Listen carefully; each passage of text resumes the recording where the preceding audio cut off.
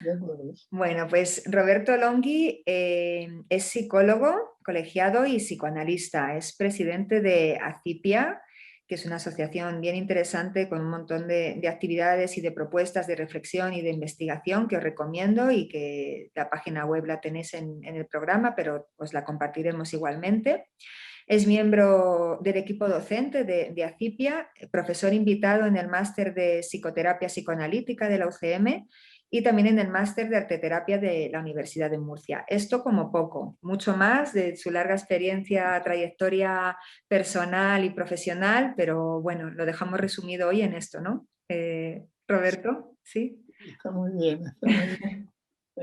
En el trabajo que voy a leer y escribí para ustedes exclusivamente como un taller personal, hablo de esto, y la otra parte de mi biografía está escrita en mi cuerpo, es muy difícil de transmitir, y menciona un texto de Clarice Lispector que dice: me pusieron un nombre, todo eso que acabas de decir, y al final me apartaron de mí, de lo que yo soy realmente. A Borges le preguntaban alguna vez: ¿usted es Borges? Y dice: a veces, pues a veces soy todo eso que has presentado.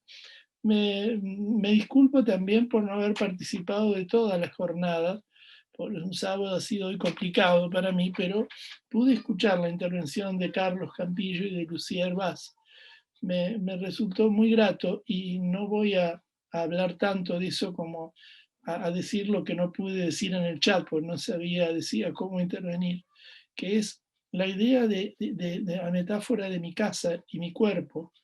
Es muy interesante porque yo me sentí muy habitado en mi cuerpo, muy relajado, y cuando la palabra desaparece y comenzamos a tener contacto a través de la palabra incluso con lo corporal, viendo esos dibujos, a veces en las mismas supervisiones que Ruth me trae, que me tienen como otros arteterapeutas que superviso, muy conmovido, por eso elegí el título de mi trabajo, Conmovido. Realmente el cuerpo ha sido un gran olvidado relativo en el psicoanálisis, pero a partir de los trabajos de Reich, y ya ustedes conocerán toda la saga de deriva que ha tenido en el psicoanálisis, que deriva en la bioenergética, en los trabajos de Ida Rolf, del Rolfi, etcétera, etcétera. El cuerpo está muy comprometido en nuestras teorías también psicopatológicas, lo mencionó un poco Ruth, a través de lo traumático, que se inscribe fundamentalmente en el lugar de lo corporal. Incluso la psicosomática hoy en día no sería pensable en su abordaje sin las arteterapias, porque hemos descubierto que el psiquismo no solo reprime, sino que cinde, tiene un olvido vertical, en donde todo lo que es prelingüístico está inscrito y no está recordado, no está pensado ni tiene representación, y es lo que produce, a nuestro entender hasta el momento, las producciones de expresión psicosomática en lo corporal. Eh, lo de leerles algo también es porque mi tendencia innata es enrollarme mucho, entonces esto, ¿nos vemos? ¿Sí? Esto me va a ayudar a transmitir lo que quiero sin irme por diversas ramas, me ayuda a sintetizar. Antes había hablado con Fiorini, con el doctor Fiorini, que nos comunicamos ahora un poco más seguido por el Skype, y le comenté de esta hermosa jornada que íbamos a tener, y él se manifestó muy interesado en la línea, y ahora voy a tener una comunicación con él después a las 9:30 hora española, para comentarle un poco lo poco que escuché y las preguntas que hicieron. Y él me dice: mira, yo quisiera colaborar con esto contigo y tu ponencia. Estoy revisando hace algún tiempo la obra de poetas jóvenes que hablan del cuerpo del poema. Y te regalo estos poemas de estos poetas jóvenes para introducir tu texto. Yo agregué otro de Yeats y lo voy a introducir así como una especie de warming corporal poético, con el cuerpo del poema, que es un cuerpo muy rico en conocimiento, en sabiduría y una nociología, yo creo, máxima. El poeta René Char, el francés, decía: el poema es la máxima realidad posible. Es tal vez luego está la música probablemente, ¿no? Y si unimos el poema, la música y la danza con el cuerpo, tenemos un conocimiento cósmico del universo, ¿no? Estos poetas son, los digo por homenaje a ellos, son muy jóvenes: Sol Echevarría, Mariana de Luca, Diego Carballo, Javier Bacín, y lo tienen publicado en una revista de poesía que se llama Plebeya, con Helio.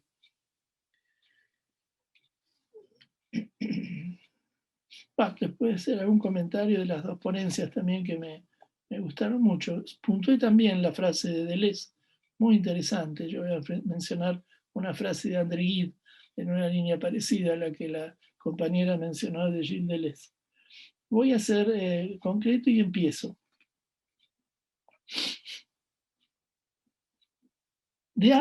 Poema, especial anticipación de algo que está por venir o que está viniendo todo el tiempo y pide tomar cuerpo.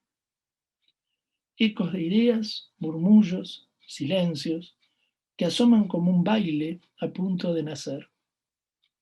Otro.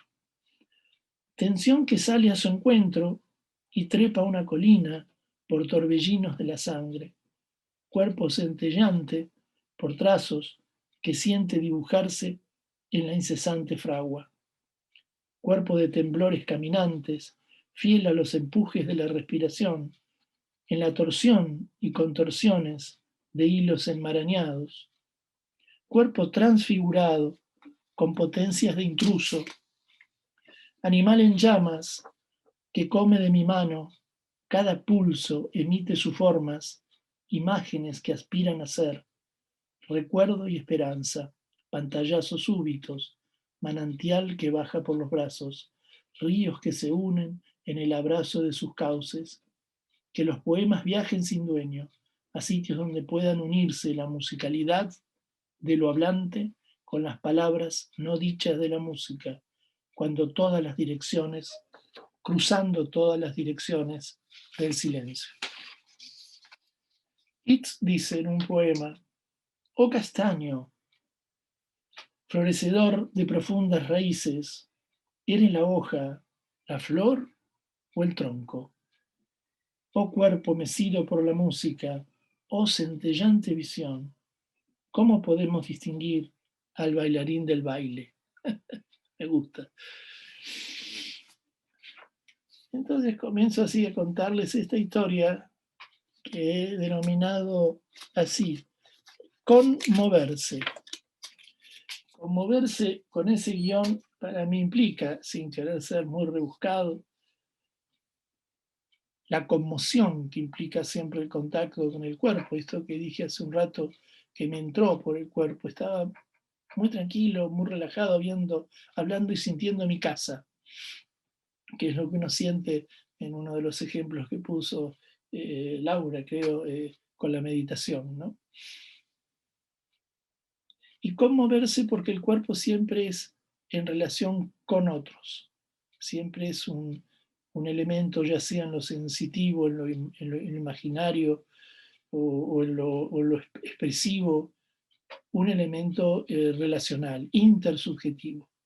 Digamos que uno no tiene un cuerpo, tenemos cuerpo en relación, somos cuerpo con otros, si no, ni siquiera tendríamos cuerpo, porque es la imagen y la mirada del otro el que ayuda en ese espejo que nos habla Lacan, inclusive a hacernos notar que nuestro cuerpo no está fragmentado, que está unido, que somos una unidad. Entonces se me ocurrieron estas palabras sobre el cuerpo. La carne habla, el cuerpo habla, canta, llora, ríe, se silencia, se mueve, danza, se conmueve. Antes de morir, Nietzsche dejó un misterioso aforismo: tenemos que llegar a la danza. El cuerpo está ahí, aquí, con nosotros, desde siempre. Freud nos dijo que el yo era ante todo un yo corporal con otros en relación, un intercuerpo. Boris Cyrulnik, imagino por todos conocidos por su trabajo sobre resiliencia, nos recuerda en toda su obra, como nos recuerda Winnicott en la suya, que es el cuerpo del otro, la presencia del otro, ese otro con mayúscula del que nos habla Lacan, con su tacto, su olor, su música, su temperatura, el que nos constituye tanto neurológica como psicológicamente. Somos cuerpos en interconstitución, con sentidos inscriptos en el lenguaje. Somos cuerpos inteligentes, somos cuerpos sexuados y cargados de creatividad inconsciente.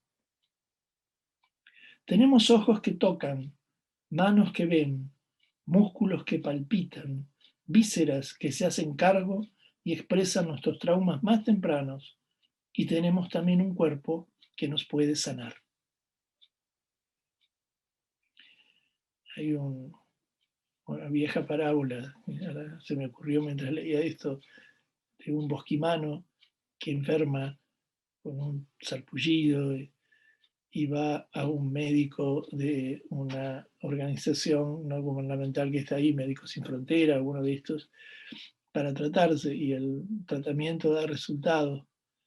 Y entonces el bosquimano le dice al médico: bien, ahora que se me ha ido el sarpullido, voy a ir a consultar al chamán para que con sus danzas y rituales me atienda. El médico le dice: ¿para qué va a ir al chamán ahora si usted ha confiado en mí y yo lo he curado?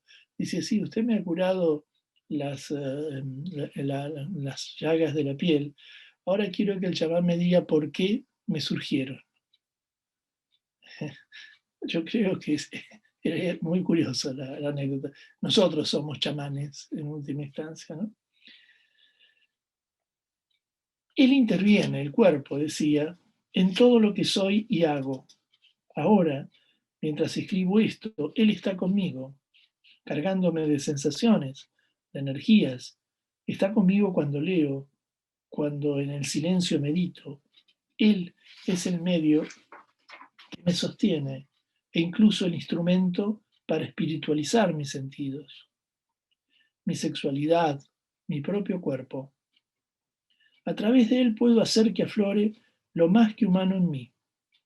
Mi cuerpo me hace posible ser, amar y ser un homo capax deus, un hombre capaz de trascendencia, a través de él.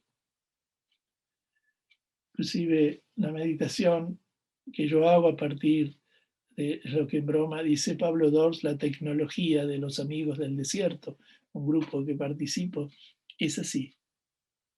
Meditamos porque se genera un campo energético entre el centro de la mano y la otra.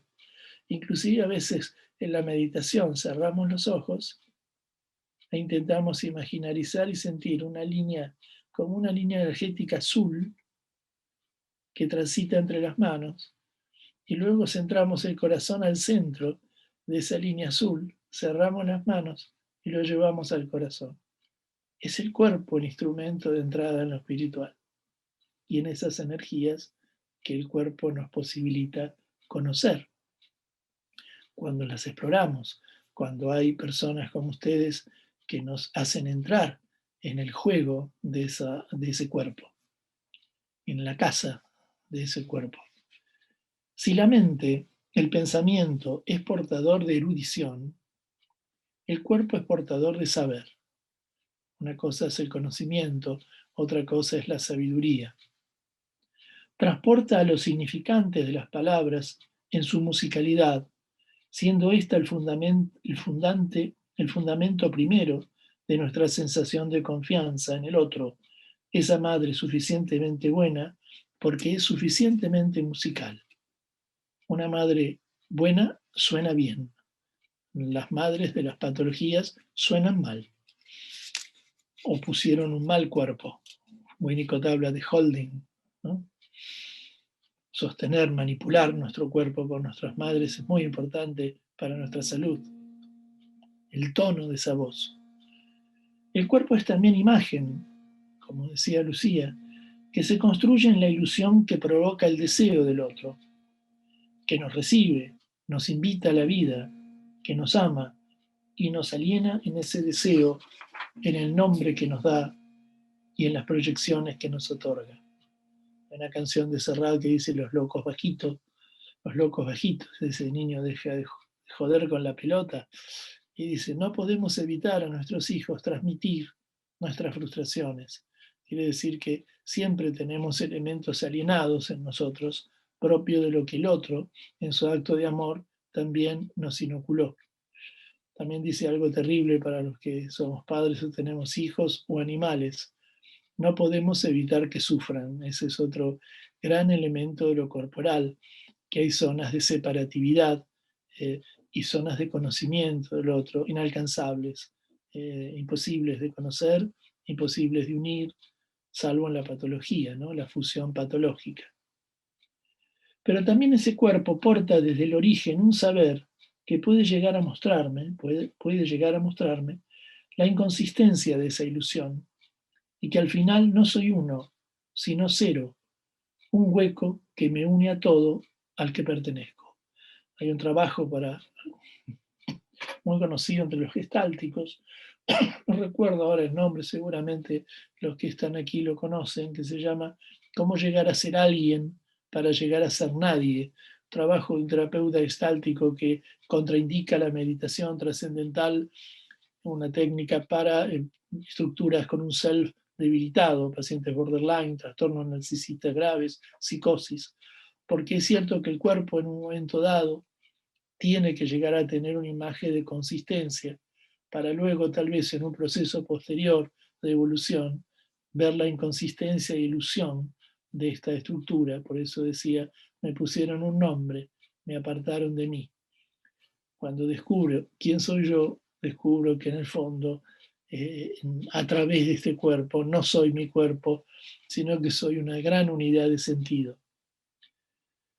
El cuerpo para el psicoanálisis, que es un poco la convocatoria desde donde me han invitado y yo hablo, es una bolsa de pulsiones, pero también desde las tradiciones espirituales es un cuerpo místico, portador de un saber originario, que expresa su sabiduría en los movimientos de la danza, esa de la que nos hablaba Nietzsche, en la que solo puedo llegar por medio de él, del cuerpo.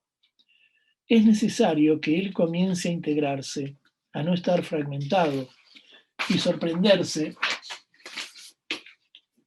ante el reflejo de un espejo que le dice que es una unidad, una singularidad irrepetible, un cuerpo con nombre y con fecha de caducidad, un emperador moribundo.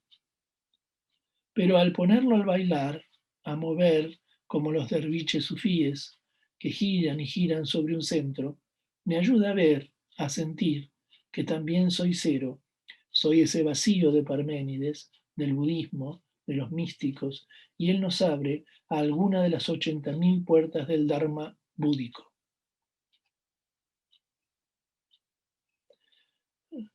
El cuerpo es lo que nos invita a mirar también, en esas otras búsquedas, lo que Zhuangzi llamaba lo infinitamente cercano. Quiere decir que el cuerpo nos puede conectar con eso finito de ese emperador moribundo que sabemos somos, pero también con algo que nos muestra la eternidad de lo que somos. El cuerpo puede traernos ese saber de lo que realmente somos y demostrarnos, como nos hablaba Jacques Kerouac en un libro bonito, con sus palabras diciendo que en realidad somos vagabundos del Dharma, peregrinos a Ítaca. A través del cuerpo puedo recordar que soy ausencia. Entonces me abisma, siendo el instante en el que surge todo el arte, cuando estoy abismado. Arte que me sustenta cuando mi yo piel va más allá de sus límites, vislumbrando el vacío. El arte, no me voy a meter con eso, por eso me interesa mucho el arte terapia, porque no es una sublimación de pulsiones sexuales. El arte es la muestra y construcción de una zona energética que hace al movimiento vital. Es ahora voy a mencionarlo como la vida la vida latente, la vida eterna, la energía. El arte nos muestra esa zona, no tiene nada que ver con la sexualidad. Hay una anécdota en la película de Truebas que tuve la oportunidad y el privilegio de poder charlar con él en un café, y él no entendía nada de lo que yo le decía porque nunca se había propuesto una cosa así. En esa película, El artista y la modelo, hay dos escenas muy buenas. Cuando el viejo artista, escultor, eh, hay un bosquejo en el Carbonilla que está haciendo de la modelo, una bella mujer joven, desnuda, que va a ser una estatua de él, una obra. Entonces no le sale en la Carbonilla parte del hombro. Entonces el artista se acerca y, como si fuera un cirujano experto, un médico sabio, neutral, no la mira, sino que con la mano toca el hombro, lo vuelve a tocar, vuelve al bosquejo y dibuja. La información la llevaba en la palma de la mano.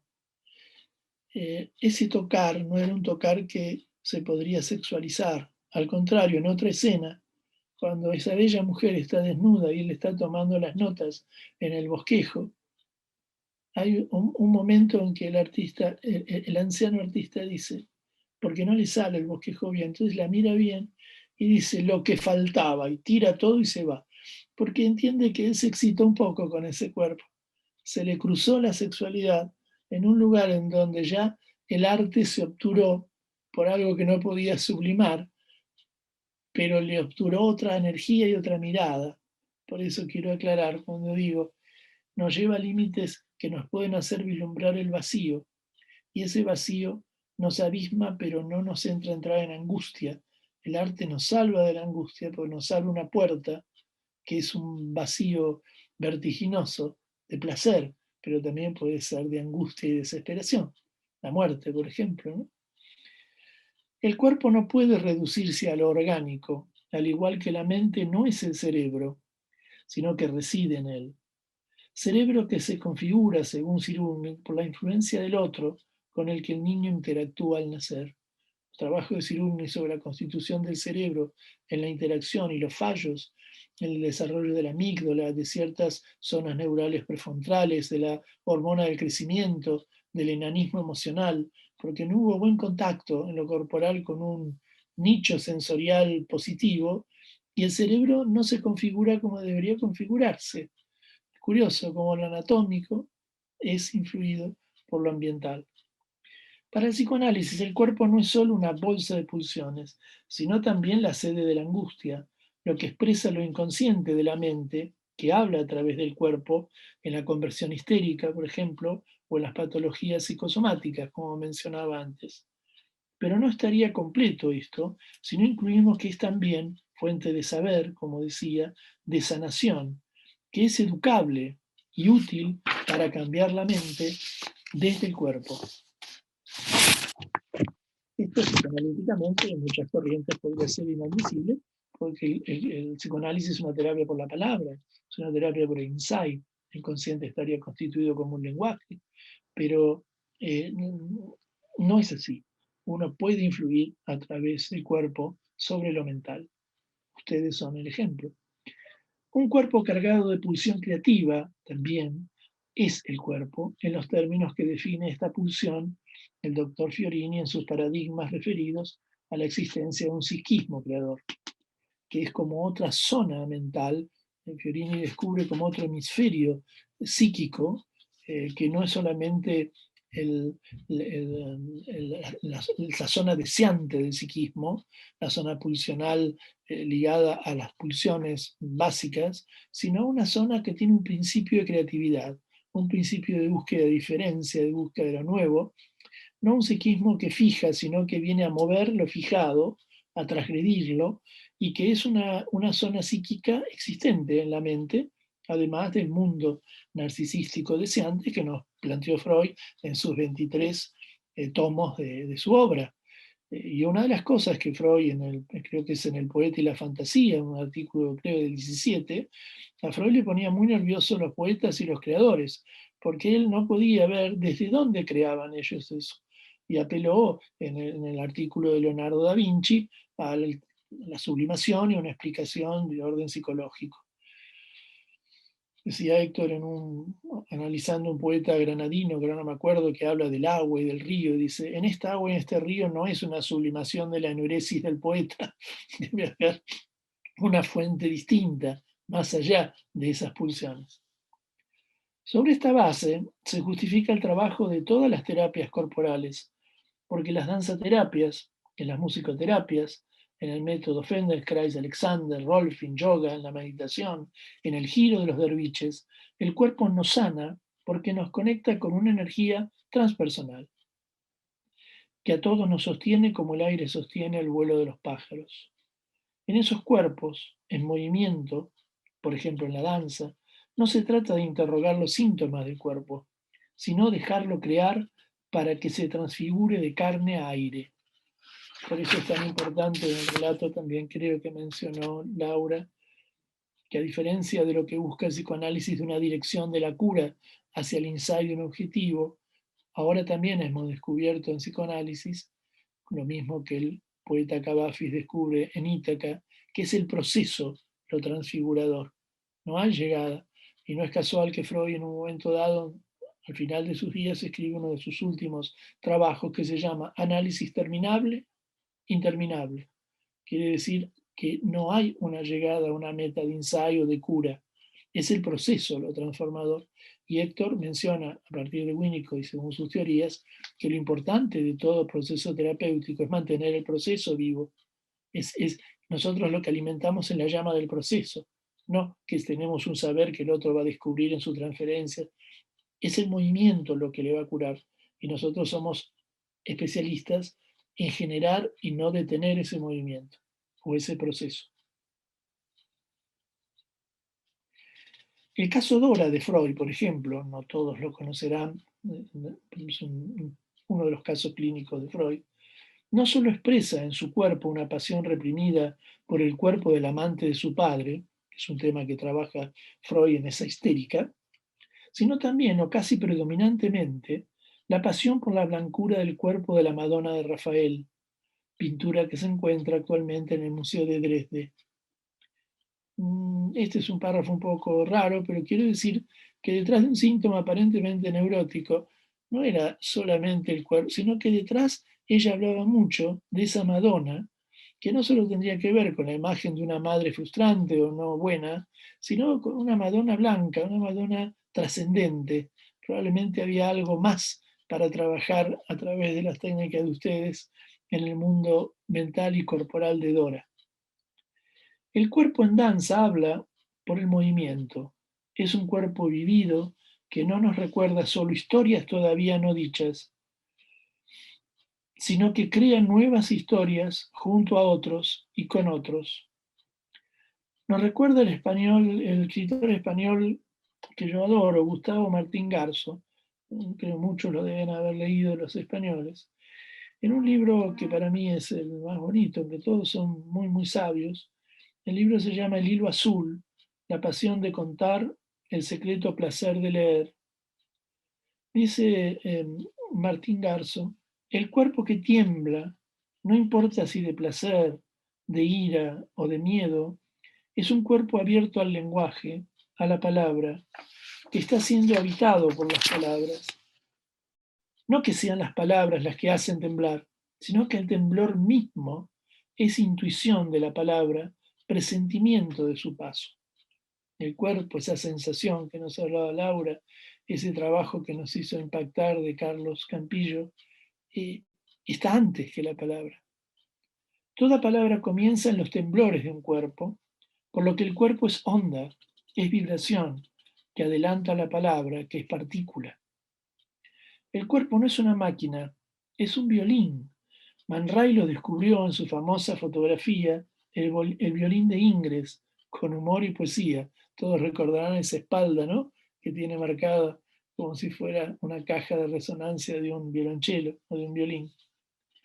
Que el cuerpo es fuente de conocimiento y saber también lo había descubierto André Gide, el escritor francés, cuando nos decía que nada que no haya pasado por mi cuerpo lo doy por entendido. Eso ahora cuando hable brevemente del concepto de contratransferencia en nuestro trabajo clínico analítico, EGID, nosotros creemos estamos escuchando y comprendiendo, y inclusive aplicamos a veces teorías, pero tanto, por ejemplo, Bion como otros autores decían, entre usted a la sesión analítica sin deseo y sin memoria. Entonces, ¿con qué entro? Con mi cuerpo. Y la contratransferencia es lo que yo siento con el paciente. Y a veces es un indicador diagnóstico directamente. No tengo que saber de qué se trata, tengo que ver lo que sentí. Eso pasa mucho con los diagnósticos de borderline, la sensación que tiene uno corporalmente en esa entrevista es todo un recurso de una recolección de datos para un diagnóstico fiable. Toda palabra, me permito esta licencia un poco poética, porque así soy yo, toda palabra, y me pareció bonita y se me ocurrió y se las doy a ustedes, nace de un cuerpo desnudo en un bosque silencioso. Esa es la verdadera fuente del nacimiento de la palabra. Un cuerpo desnudo en un bosque silencioso. Paracelso hablaba que toda palabra él la juzga según de qué silencio viene. Y eso me parece importante. Pablo Dors también habla un poco de eso en relación al silencio. Toda palabra nace de un cuerpo desnudo en un bosque silencioso. Esa es la verdadera fuente del nacimiento de la palabra. La conjunción del cuerpo, la naturaleza y el silencio. ¿No es acaso que en la práctica psicoanalítica el fenómeno de contratransferencia del analista, una de las principales fuentes de percepción, empatía y conocimiento de nuestros pacientes y de nosotros mismos, no se da a través del cuerpo, de nuestro cuerpo, como comentaba recién? Entre cuerpo y psique, entre cuerpo y espiritualidad, no hay separación, no hay un entre. Somos una unidad, sómato, socio, psico, espiritual. Sucede lo mismo con la animalidad del humano, con lo salvaje del humano. No hay una diferencia entre el hombre y los animales. Somos animales.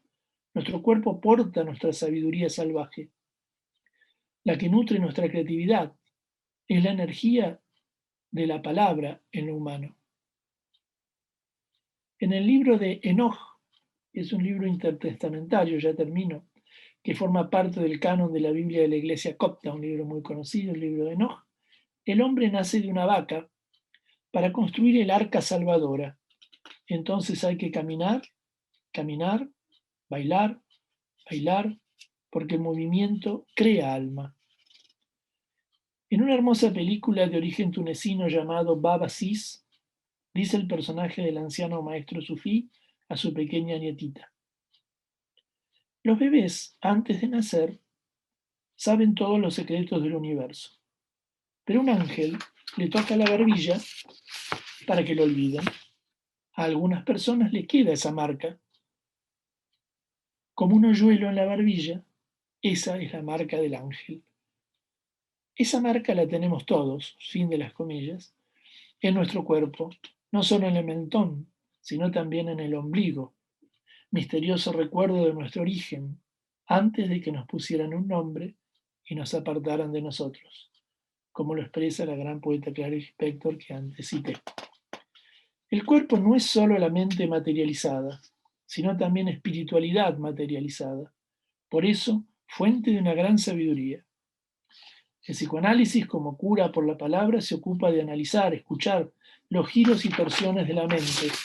La danza, las terapias corporales, todas las arteterapias propician a través de la expresión de los giros y torsiones del cuerpo ir más allá de la palabra con un fin sanador más que curativo. Termino. El cuerpo en las arteterapias es un espacio de creación, un espacio privilegiado de producción de salud, un espacio de creación de nuevas historias, sin palabras. Se dice que enfermamos psicológicamente en grupo y que entonces debemos curarnos en grupo, pero también enfermamos más tempranamente en el cuerpo y debemos sanar con y en el cuerpo, recordando la marca del ángel que todos llevamos. Un paciente trae ante todo una presencia corporal que muchas veces expresa el desencuentro, los traumatismos tempranos con otros cuerpos que le violentaron o que estuvieron ausentes. Las terapias corporales se encuentran con cuerpos apelmazados, que deben transformarlos en esponjosos, moviéndolos, incitándolos a no quedar fijados como estatuas, conmoviéndolos para estimular la vida invisible que siempre trabaja en nosotros. En síntesis, transformar el cuerpo estatua en un cuerpo violín, maleable para la transmisión y recepción de la vida. Al fin lo mágico, aquello que existe en lo más profundo de nuestra alma, se expresa siempre en nuestro cuerpo. Hasta aquí.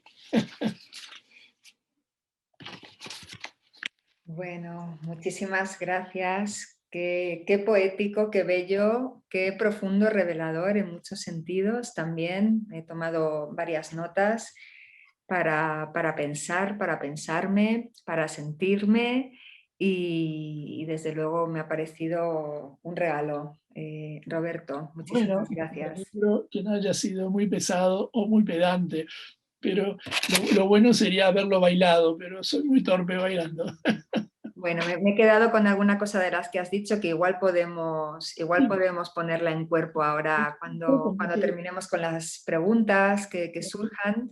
Si queréis poner las cámaras y quien tenga alguna pregunta, poner el micrófono. Y a través del chat, por aquí decía María, el cuerpo es una danza desde lo instintivo y ancestral hasta lo trascendente y ancestral. El círculo continúa. Hoy se ha hablado mucho del círculo y de lo comunitario y de la relación y del vínculo y de lo interpersonal. Muchas gracias, Roberto. Mucho que pensar e interiorizar, dice Elena. María dice, genial, energía transpersonal que nos sostiene. Vanessa dice, palabras en movimiento, palabras danzando. ¿Alguien quiere tomar la voz? Silvia dice, nadie es torpe bailando, solo hay que permitirse confiar en poder hacerlo. ¿Cómo? No escuché. Dice Silvia, es que, ¿me escucháis? Yo te escucho ahora. Ahora sí, vale. Nadie es torpe bailando, solo hay que permitirse confiar en poder hacerlo. Gracias, tienes razón. Aquí dice también Luisa Galán, dice, cuerpo con creatividad, inconsciente, maravilloso.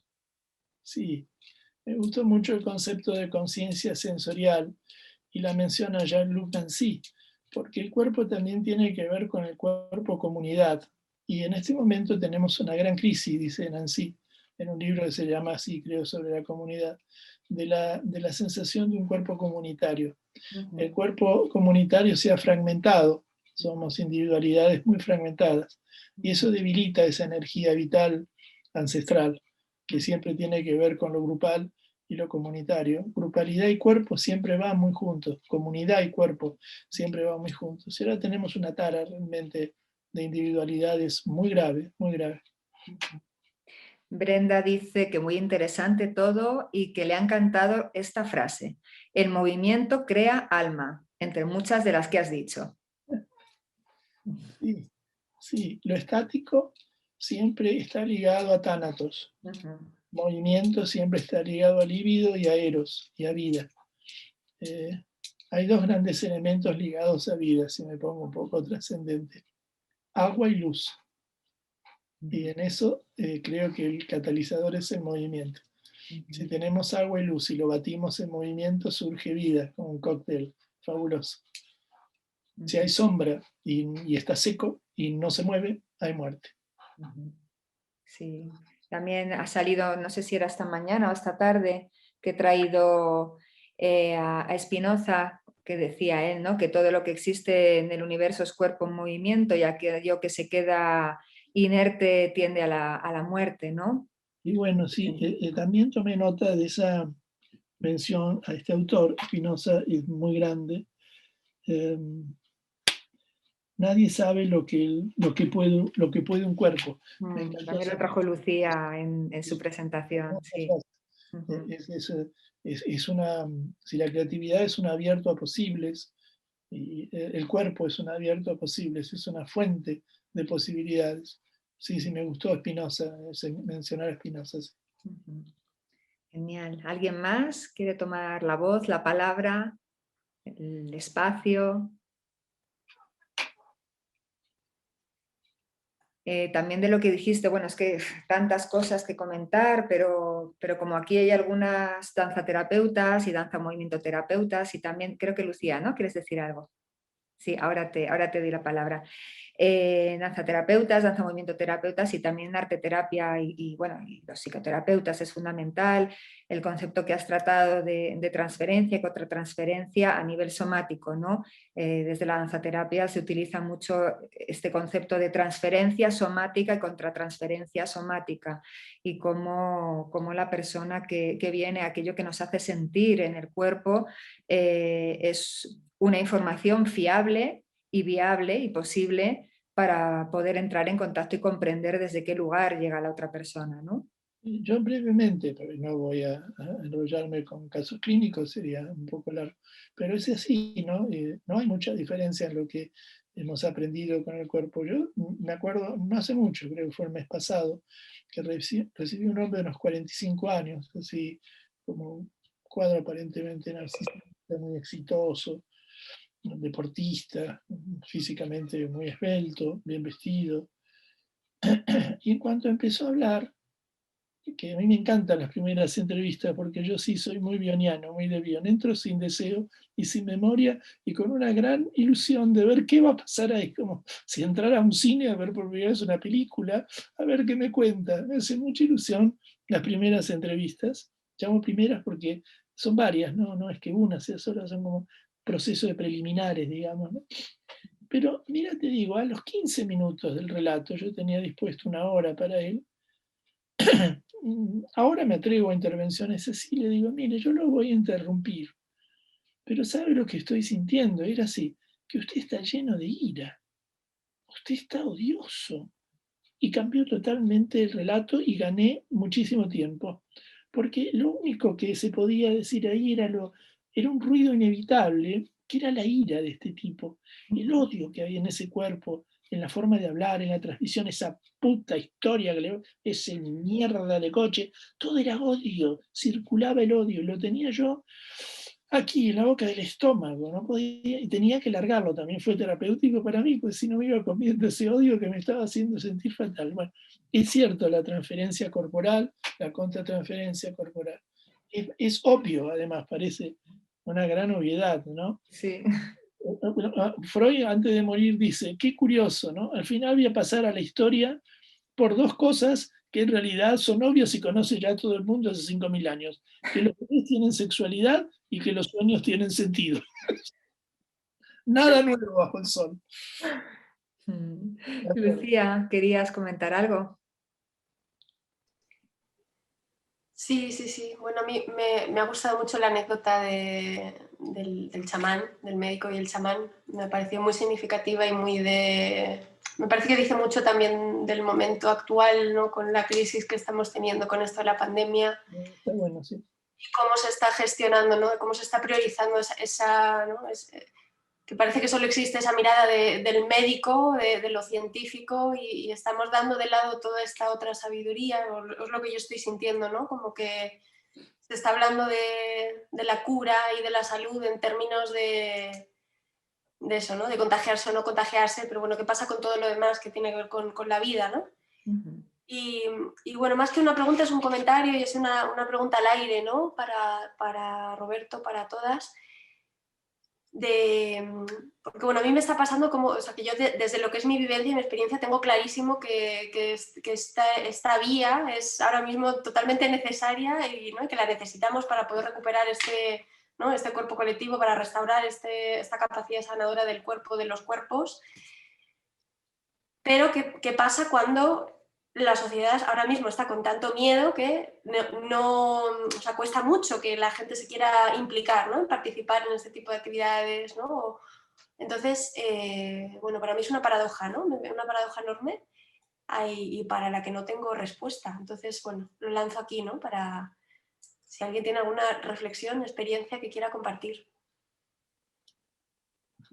Eso lo menciono por alusión a mi nombre esto y lo dejo a los compañeros también, a ver por dónde se les ocurre, ¿no?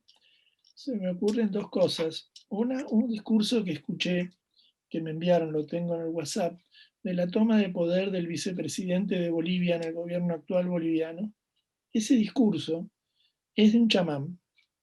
Él hace una mención directa a todo lo que estás diciendo, Lucía, ¿no? Sí. ¿Laura? ¿Lucía? Lucía. Lucía. Disculpa, no tengo las gafas, si no leo ahí me olvidé el nombre. Yo recomendaría que busquen ese, porque ahí está la salvación de este problema planetario, de este problema de conciencia en este momento, un cambio de conciencia. Ese vicepresidente es un nativo, un aborigen boliviano, y habla desde su conocimiento ancestral. No es un discurso político, es el discurso de un chamán. Ruego que lo busquen. Lo tengo, yo se lo voy a enviar a Ruto, no sé si ya te lo he enviado, creo. ¿No? Bueno, yo te lo voy a enviar.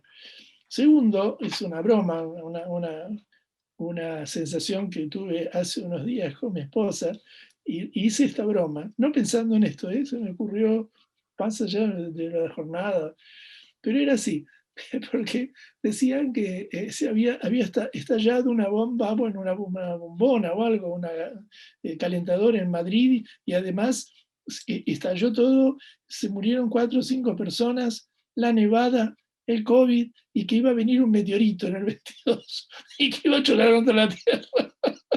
Las tempestades, el Genoveva, el otro. Entonces yo decía, mira, me empecé a reír, ¿no? Pero digo, esto es tragicómico, vamos a hacer una cosa, vamos a bajar, vamos a convocar a todos los vecinos, vamos a tirar las máscaras a la mierda y nos vamos a poner a bailar todos de la mano, danzando, ¿viste? Como si fuera la idea de que convoquemos realmente a una energía sanadora que no tenga que ver con esto que produce, como dice Laura, una cosa iatrogénica, que es más miedo, más fragmentación, más individualidad, más separación y más sálvese quien pueda, ¿no? Sin duda. Bueno, eso quería comentar nada más. Muy bien. ¿Alguien más? Mira, por aquí dicen, a nada que no haya pasado por mi cuerpo lo doy por entendido, así que a danzar, Roberto, dice María. Gracias. Muchas gracias. Bailo mucho, ¿eh? Uno de los ejercicios que hacemos con mi esposa, que es el más efectivo, ponemos discos de Michael Jackson y bailamos, hacemos muy el loco, yo con mi torpeza también me muevo, sí, es muy lindo, muy gratificante. Bueno, ¿alguna pregunta más? ¿Alguna idea? ¿No? Bueno, pues yo he tomado aquí... Sí, Roberto, perdona. Una cosa y cierro, se producen asociaciones. En cuanto al trabajo de Carlos y el de Laura que vi, y la Lucía. diferencia desde... Lucía. Lucía. Desde la diferencia, para cerrar mi intención, de lo que es el psicoanálisis actualmente y de lo que es los procesos que ustedes generan en vuestras prácticas, en sus prácticas, solo está bien representado en una viñeta de un dibujante argentino que se llama Caloi, Carlos Loazó. Caloi es un dibujante de la talla de Quino o de Juan Padrón en Cuba, bueno, o del Roto aquí, digamos, ¿no? De ese nivel. Tiene un libro muy lindo que se llama Caloi, Clemente y el psicoanálisis, que es fabuloso. No son viñetas solo humorísticas, son sapienciales, ¿no? Y una de las viñetas es así, ya comento siempre a veces en los seminarios cuando hablo de proceso, que es un hombre que va caminando descalzo, las primeras son 4 viñetas, va caminando descalzo por el bosque. Entonces viene un observador, lo detiene y le dice, disculpe, usted está caminando descalzo por el bosque. Y él le dice, ya no es lo mismo. Yo creo que a veces cuando intervenimos en psicoanálisis con la palabra, hacemos eso. Y ustedes dejan caminar descalzo al sujeto todo el tiempo y lo acompañan en esa descalcez, en esa desnudez. Y eso es lo que los psicoanalistas estamos aprendiendo desde hace ya más de 30 años, 20, 30 años, en relación al proceso. Dejarlo, que el sujeto camine descalzo no obtures con tu interpretación. Y de ustedes hemos aprendido cómo manejan los procesos. Por eso dije, sin la intervención de una interpretación que quiera darle una hermenéutica, un sentido al asunto. Es horrible eso. Es como si me preguntara a mi esposa por qué me quieres o me amas, qué sé yo. Es la pregunta que obture el amor, ¿no? Bueno, no, quería comentar eso nada más. Adelante, Ruth, y disculpa. Nada, estupendo. Pues si nadie más toma la voz, la palabra, el espacio, el movimiento. No, yo Carlos. simplemente agradecer, gracias Roberto, gracias Lucía, Ruth por compartir este espacio. Muchísimas gracias a todos, a todas por estar aquí y sobre todo Ruth por crear este espacio y darnos este lugar para compartir entre todos y todas. Bueno, pues mira, ya que has hablado tú, he apuntado aquí cuando has dicho, Roberto, de esta canción de Joan Manuel Serrat, cuando dice niño deja de joder con la pelota. He recordado el caso de Carlos también, el caso que nos ha traído, ¿no? Y ese lugar que muchas veces ocupamos los terapeutas, ocupan los padres, ¿no? Ese lugar de saber que nos subimos a la escalera de ese padre que, como dice el refrán español, ¿no? Que cuando seas padre comerás huevos. Entonces, como comes huevos y estás subido en la escalera, el niño te jode porque juega a la pelota. Y la necesidad de bajarnos de esa escalera para poder ver, escuchar y jugar a la pelota con el niño. ¿Verdad? Bueno, veo que por aquí se suman más cámaras abiertas. No sé si alguien más quiere participar. ¿Lucía? ¿O Laura? ¿Lucía o Laura? Que te vamos a renombrar. Solo me ha recordado la viñeta que decía Roberto a un chiste, que la verdad es que no sé de quién es, pero bueno, lo circulaba cuando hice la formación y me hizo mucha gracia y os lo quiero compartir. Y bueno, es de una persona que va a terapia porque está usando pañales y no puede dejar los pañales, entonces prueba a ir a un terapeuta de corte cognitivo-conductual, ¿no? Y entonces le pregunta a su amigo de, bueno, ¿y qué tal vas con los pañales? ¿Conseguiste ya dejarlos? Le dice, no, pero al menos he conseguido no usarlos durante algunas horas al día. Vale, entonces decide probar con un psicoanalista. Y entonces le pregunta de, bueno, ¿ya has conseguido dejarlos? Dice, no, pero ahora ya entiendo por qué lo hago. Entonces, al final, después de seguir probando, va a probar con un terapeuta humanista y le dice, bueno, ¿ya por fin conseguiste dejar los pañales? Dice, no, pero ahora me encantan, ¿no ves cómo lo disfruto? Bueno. Qué bueno. Sí. ¿Sabes, Lucía? Esto no es un chiste. Luis Honstein, un psicoanalista que es muy conocido en Argentina, muy prolífico en su obra, cuando se fue a vivir durante la dictadura a Venezuela, que en el 76, llegaban muchos argentinos también que habían pasado muchos años en terapia. Entonces le decía, mire doctor, le ruego, yo puedo comenzar un tratamiento con usted, que es un psicoanalista famoso y demás, pero yo para entender lo que me pasa, hace 21 años que me analizo, ya lo entendí todo, yo lo que quiero es cambiar. Y es así, ¿eh? Es así.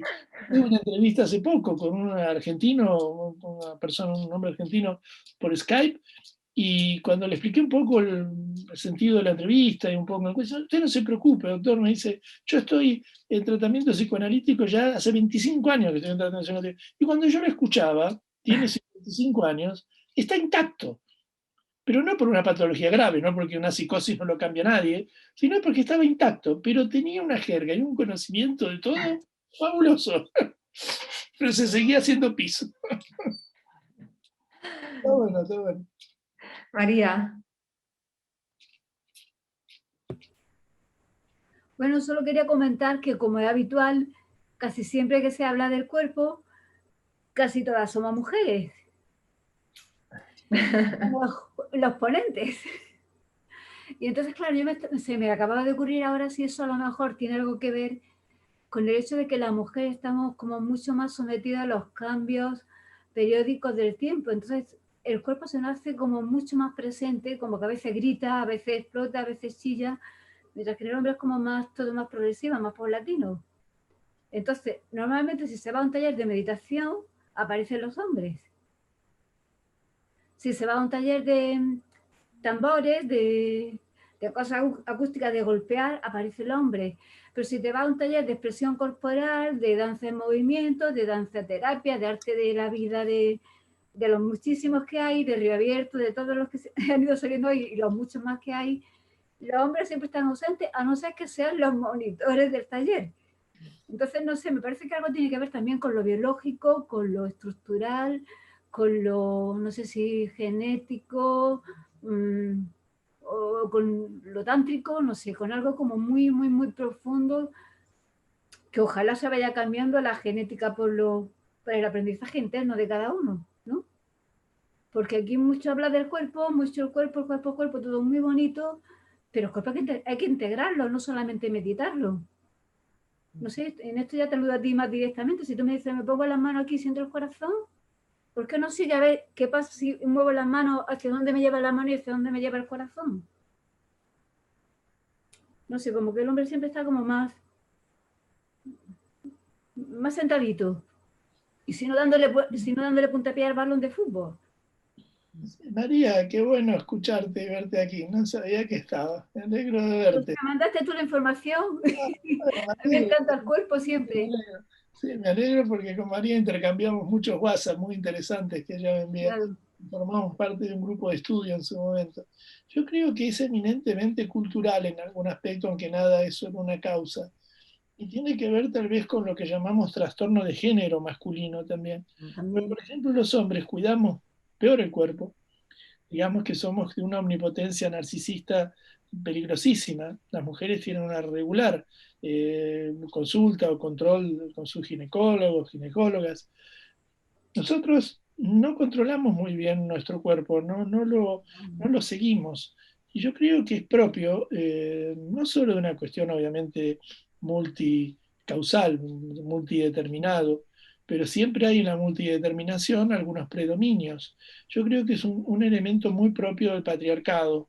Es decir, el hombre ha fijado su cuerpo desde el patriarcado como un cuerpo poderoso, un cuerpo omnipotente, y con un cuerpo que teme el ridículo, con un cuerpo de una narcisización muy curiosa. Pero en distintas culturas, el hombre vive el cuerpo de otra manera. Por ejemplo, sin ir a culturas de lo que llamamos contemporáneos primitivos, ¿no? Ir a los bosquimanos de Amazonas, sino, por ejemplo, en Puerto Rico, en Cuba, no sé, en los países tropicales, en Brasil, en algunos países africanos, que yo conozco a esas zonas, por ejemplo, Brasil he vivido, Cuba he ido mucho.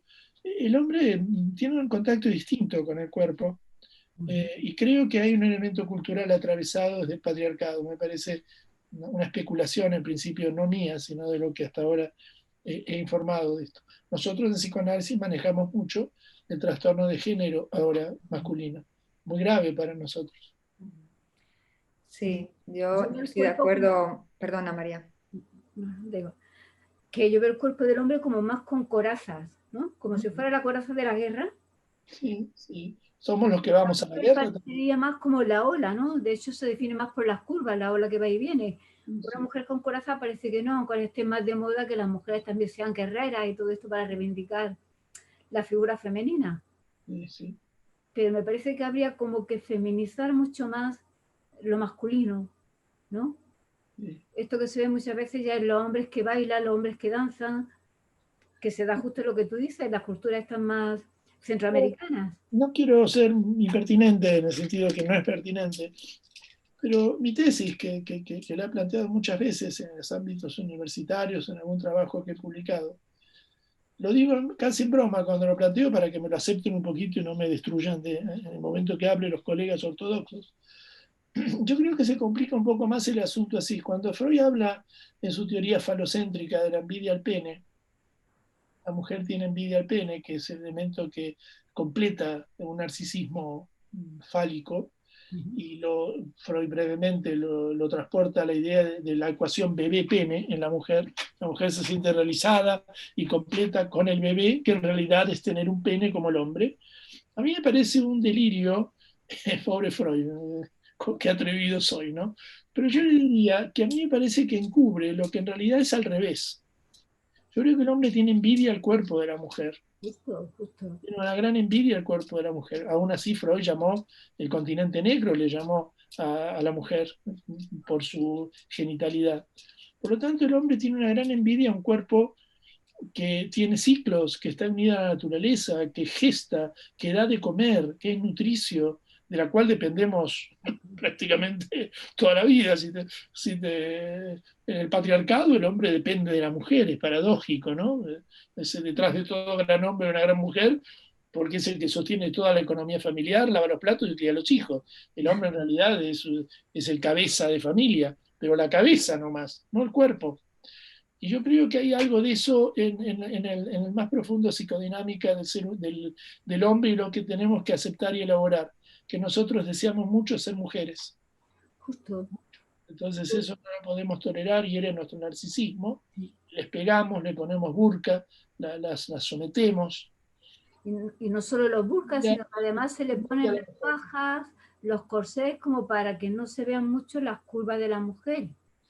Mientras que se realzan la forma, los músculos del hombre. Es como... Sí, pero yo creo que el hombre quiere tener curvas y no quiere tener músculos. Más luego el embarazo, que son curvas, el movimiento del parto, es decir, la mujer todo es movimiento. Sí. Pero no Sí, sería una uno mujer empieza a entender que la idea de patriarcado nos ha tocado un dominio que es una trampa, es decir, nos estamos dando cuenta del precio que hemos pagado por ese supuesto beneficio de ser los reyes del mambo, ¿no? Por eso estamos renunciando, estamos aceptando una castración simbólica de que no queremos ser los reyes del mambo. Queremos una igualitariedad, una igualdad, pero ese es otro asunto, es más social, más cultural. Yo creo que lo más psicodinámico, lo más psicoanalítico es un masculino que envidia un femenino. Lo envidia, lo femenino en movimiento. Lo femenino constante. Son formas constantes de movimiento. La figura de la prehistoria era enorme. Hecho cuerpo. Claro. Sí. Muy bien. No quiero interrumpir más ni chupar más. Un gusto en verte, María. Un gusto. Igual te digo, y tú por decírmelo, porque si no, no me hubiera enterado. Mira, aquí Silvia nos dice: siento que ese es el llamado de este momento que vivimos a nivel mundial, despolarizar la excesiva fuerza femenina y recuperar la sensibilidad masculina, reconocer nuestra complementariedad. Sí. Los chinos no hablan de una situación de conflicto, no es conflicto, es una desarmonía de polos, es decir, tienen que volver a regularse, yin y el yang tiene que regular, está desequilibrado. Y probablemente esa sea una de las grandes razones del maltrato a la naturaleza, de esta terrible apocalipsis que estamos sufriendo, que el yin y el yang está desequilibrado, desarmónico, no está en conflicto, hay que volver a nivelarlo mejor. Ahora hay un predominio muy loco de lo masculino que llegó a un tope de estallar el yin y el yang, y tiene que volver a equilibrarse. Eso me parece que es el desafío que hablaba Lucía en un momento dado con respecto a la pandemia, darnos cuenta de que hay un desequilibrio que tenemos que volver a armonizar. Perdimos una armonía. También pasan las patologías físicas en lo concreto. Toda la psicosomática habla de cuando uno se enferma, pierde una armonía, hay algo que se desequilibró. Los indicadores se vuelven locos, ¿no? de nuestro cuerpo cuando enfermamos. Yo quería añadir que también tiene mucho que ver con la expresión, ¿no?, de las emociones, que se les ha impedido culturalmente mucho también. El sentir sienten, pero expresar no deben.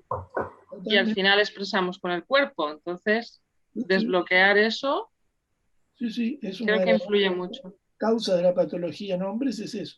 Brevemente, yo hace como 20 años me contrataron en convenciones obreras para trabajar con grupos de hombres que lo habían jubilado precozmente y le habían dado un sueldo completo en Pegaso, y tenían una jubilación completa, pero tenían 54, 55 años. Y eran cabezas de familia y hombres obreros de trabajo. Y se habían quedado sin hacer nada. Patologías depresivas, psicosomáticas, algún infarto, disfunciones sexuales en todos.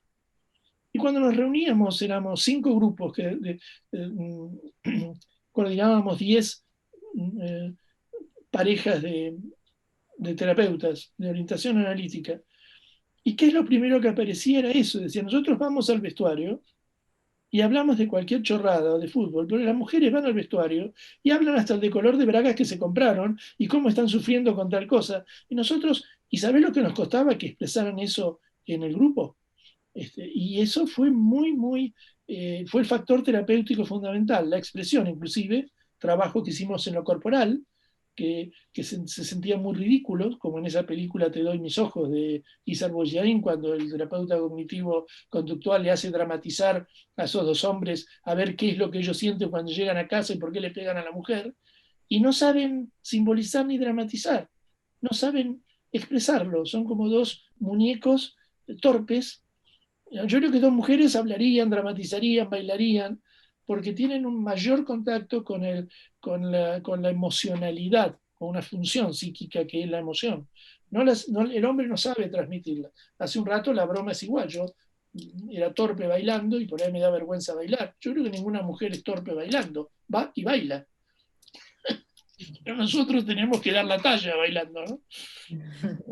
Bueno, yo Carlos. si puedo añadir algo, haciendo un poco eco, ¿no? También a lo que dice María, ¿no? Y Roberto, pienso que también, obviamente, tiene un factor cultural completamente, ¿no? Pero siento que estamos viviendo un momento ahora muy interesante, ¿no? Con las nuevas teorías de género, las teorías queer, que justamente están intentando no polarizar el género, ¿no? Y buscar este punto medio en el que todos y todas podemos ser perfectamente capaces de sentir, podemos ser capaces de hacer labores más fuertes, ¿no? Y no polarizarlo como en este patrón de rosa-azul en el que hemos crecido, ¿no? En que los hombres piensan de una manera, se mueven de una manera, y las mujeres completamente de la manera opuesta, ¿no? Siento que este equilibrio del que habla Roberto, ¿no? También un poco del yin-yang, ¿no? Como somos tanto femeninas como masculinas, no sé, o sea, como que siento que esta polarización es algo que poco a poco se va desvaneciendo y se va creando como,